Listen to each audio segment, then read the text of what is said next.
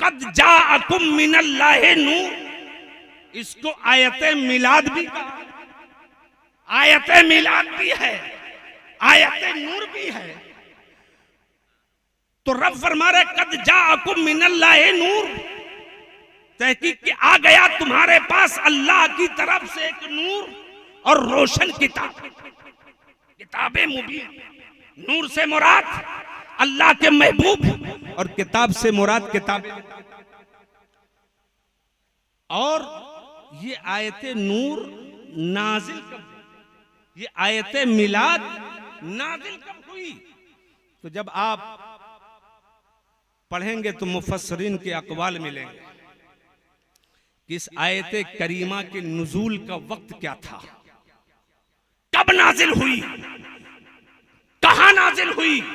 तो जब आप गौर करेंगे, मुफस्सरीन के अक़वाल पढ़ेंगे तो पता ये चलता है कि ये आयते नूर, आयते मिलाद उस वक्त नाजिल हुई कि जब अल्लाह के महबूब अलैहिस्सलातो व तस्लीम की उम्र 60 साल से तजावुज कर, 60 साल से तजावुज कर चुकी और आखिरी हज करने के लिए अल्लाह के महबूब 1,24,000 सहाबा की जमात के साथ, 1,24,000 सहाबा की जमात के साथ खाना काबा का हज करने के लिए तशरीफ ले जा रहे हैं।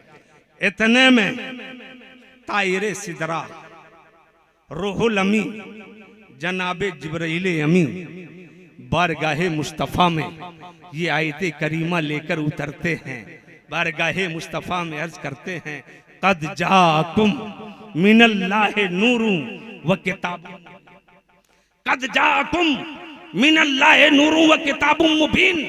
हम आलमे तसव्वुर में रब की बारगाह में अर्ज करें मौला रब का मिलाद पढ़ना था तो जब नबी पैदा हुए, जब नबी मक्के में पैदा हुए 12 रबीउन नूर शरीफ को, उस वक्त ये आयत क्यों नहीं आई? और आ रही है तो 60 साल के बाद आ रही है। और मौका कौन सा है? मौका वो है कि हज का।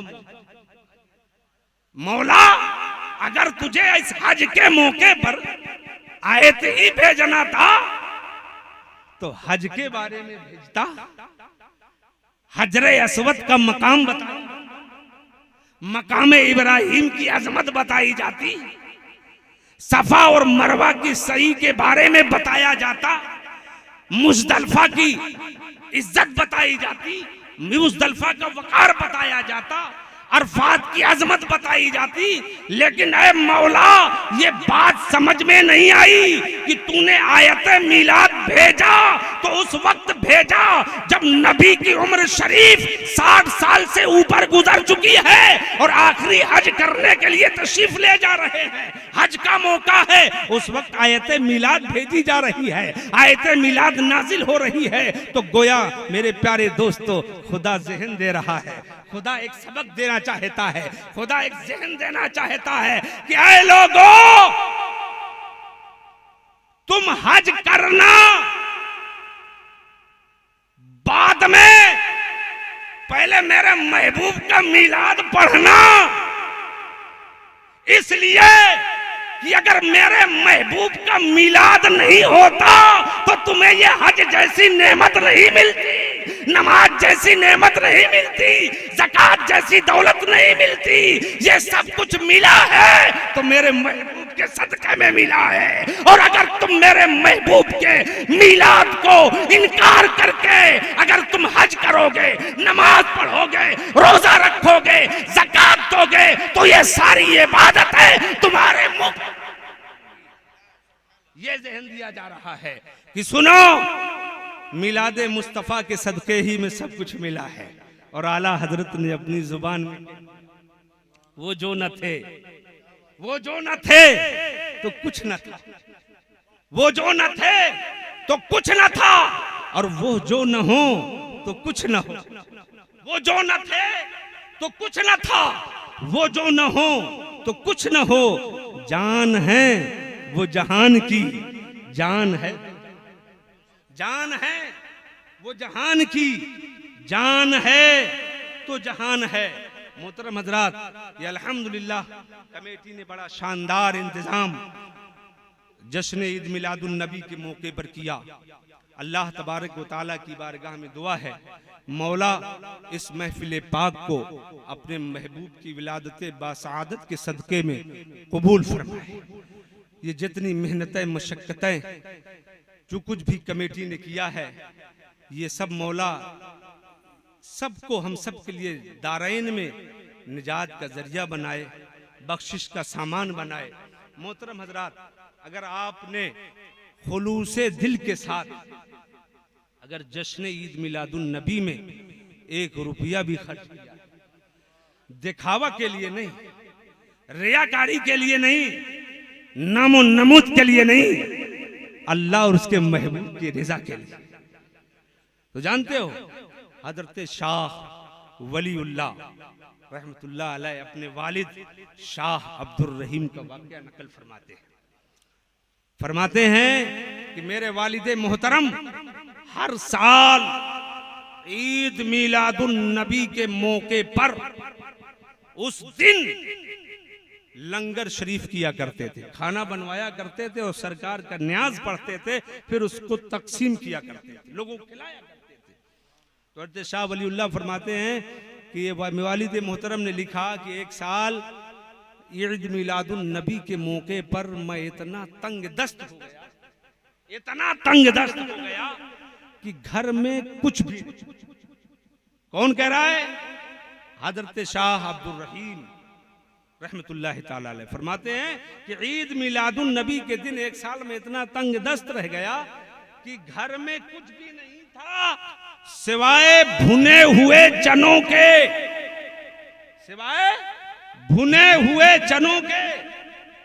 वक्त हो गया क्या? दुरूद शरीफ पढ़ लीजिए। बस आखिरी बात कहकर रुखसत हो रहा हूं।